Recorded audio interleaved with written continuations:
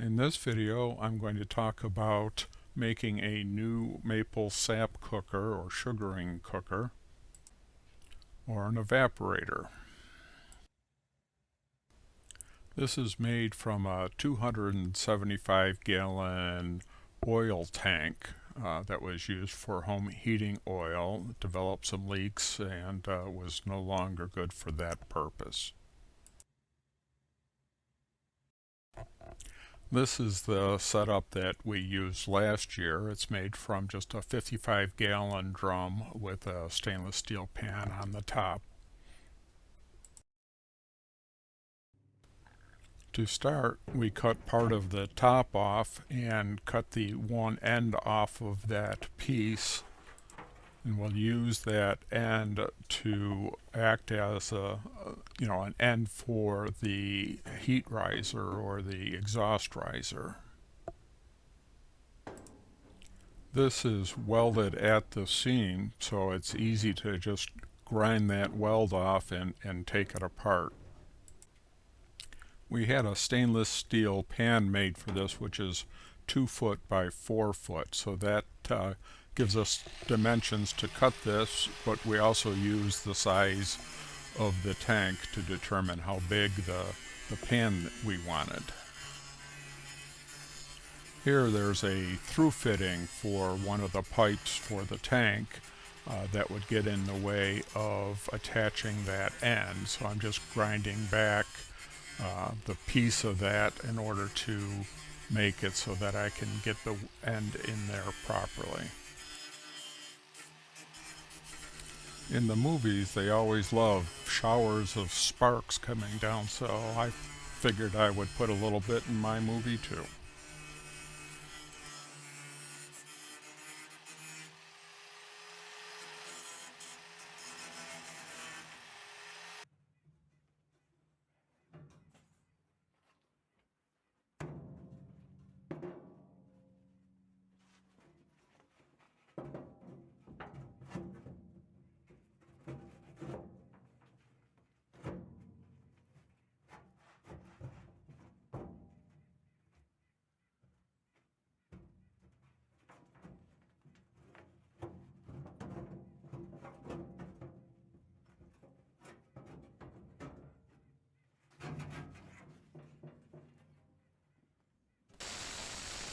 Here my son is cutting that piece that came off of the top roughly in half for a riser that I'll show later.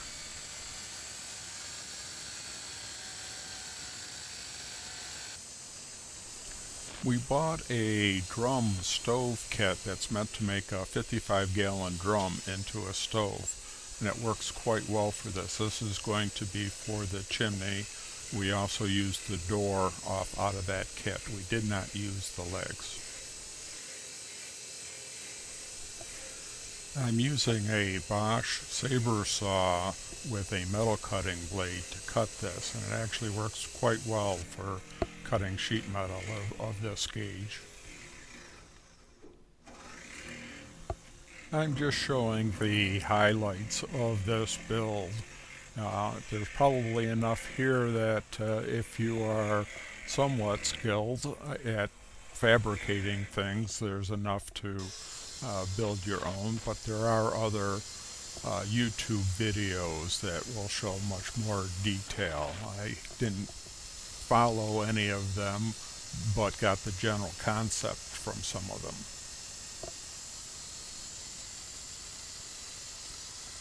Here my son is cutting some of the angle iron we use for reinforcement and support for the pan, and you'll see more of that later. This is 3 by 3 by 3/16 angle iron.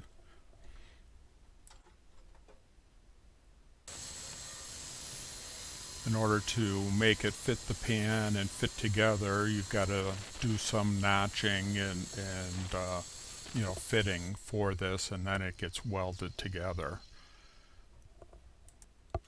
The roller in the background is what we used to flatten that piece of curved sheet metal to make the riser, which you'll see in a little bit. It is meant to actually curve metal, but if you do it the opposite way, it will help flatten it, as well as jumping up and down on it and hitting it with a hammer and whatnot.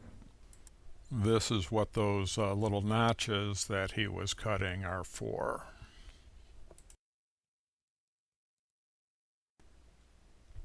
This is a cardboard template for the riser that I've been talking about. This gives us a pattern to put on top of the piece of sheet metal to be able to cut it out accurately.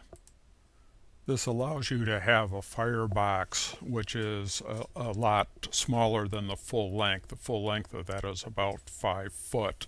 So we wanted a firebox about 24 inches long. I welded pieces of angle iron to act as a shelf for that riser. The riser brings the flame path right underneath the bottom of the pan. It has that 2 to 3 inches below the pan so that it will transfer heat and boil the whole length of the pan. That 2 to 3 inches is along with the brick. Once I put the brick in, it will be about 2 to 3 inches below. Right now you can see that it is 5 inches or thereabouts below the lip.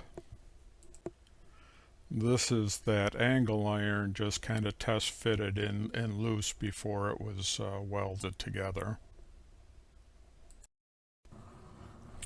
This shows those tabs welded onto the tank. These will support the riser. What we're doing here is burning off any contaminants, oil contaminants in that, and also drying out the tank. Next we'll wire brush it and then give it a coat of high temp paint. Help keep it from rusting in the future. This is a shot of the tank with the door mounted and that framework welded up. Everything's just kind of in there on a temporary basis, but that's basically what it's going to look like.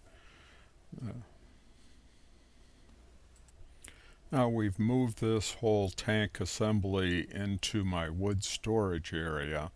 I've built a tweer out of 3-inch pipe. This will allow me to force air into the firebox. I am about to start lining it with fire brick. So you can see that I've got the tweer up off of the bottom. I'll then fill the bottom with sand up a couple of inches and then start putting the brick in. This is fire brick, and it's actually the hard fire brick. We plan on this as a long-term evaporator. If you use red brick, it will not hold up to the heat that this firebox will generate over a long period of time. I'm also using refractory cement to glue the brick together.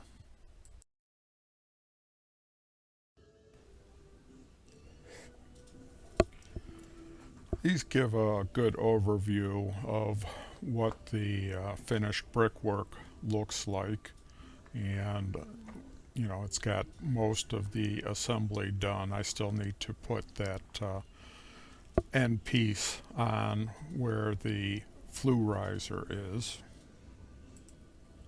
I left that off so that you could see that it is bricked all the way to the back wall. The brick does a few things. One, it helps hold the heat in. With that 55-gallon drum one that we used, there was nothing lining it, and you lose a lot of heat through the sheet metal.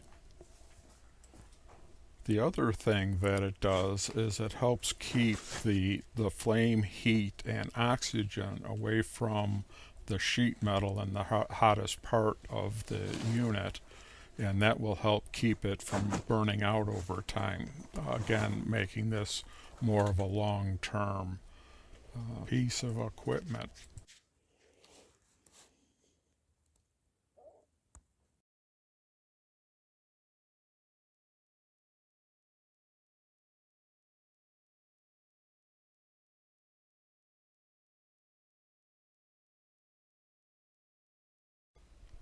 Now we need some sap to cook down, or as my personal astrophysicist Neil deGrasse Tyson would say, tree blood. We use a hybrid collection system. It involves the old school buckets, and we use 5-gallon food grade jugs. We usually use 2 taps with lines going into each jug. This works really well because it gives you a little bit more time between collecting. But we only have 9 of them, so we use what we have. This shows the jug a little bit better. One of the drawbacks of the jugs is that being on the ground, if everything gets really cold overnight and they freeze, they don't thaw out as quick because the ground will keep them cooler. But that's also a positive if it gets too warm during the day.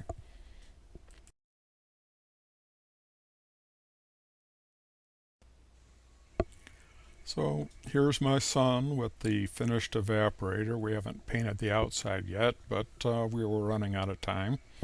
And this is just getting it started. You can just start to see some steam coming off and a little bit of smoke coming out of the chimney. We were hoping that we wouldn't have to force air into the tuer, that the holes in the opening in the door would be enough, but it turns out that it's not. So here we have a blower hooked up to one side of the tuer and the other side closed off, so it forces air in, and it produces a lot more heat, allowing this to cook down a lot quicker. You can see that we've got a couple of pallets of slab wood. This is slab wood from the sawmill that we've cut down to about 16 inches or so and let dry for a little over a year, and that's what we're using to fuel this. This whole process takes quite a bit of time. We've done 2 cooks as of the time that I'm actually setting this video up. And so far the best timing that we've gotten is about 10 gallons per hour, 10 gallons of sap cooked down to the point where we want to take it out of the pan. The first cook that we did, we didn't average quite that much, but we cooked down about 60 gallons. And on the second cook, we cooked down about 80 gallons in 8 hours. So that worked out pretty well. We're hoping to increase that a little bit more as we learn to, control the fire, keep the heat up, and just use this whole process as a learning curve and get better and better at it. I don't think we're going to get too much better than 10 gallons per hour, but we might get to 12, 13 gallons per hour. This is nowhere near a commercial setup, but for producing your own maple syrup, it works pretty good. It's a nice way to spend a pleasant day in the middle of winter. The big wood-fired evaporator is great for getting the bulk of the sap cooked down to the point where it's now syrup, but it is hard to control. So right towards the end, we stop the process, put it into a stock pot, and then use either a propane burner if we still have a fair amount to cook off, or the stove to finish it. And this is the finished product. Yummy. So far with the 2 cooks, we've gotten about 3 gallons of syrup. If you've liked this video, please click like and subscribe if you'd like to see more. Thank you for watching.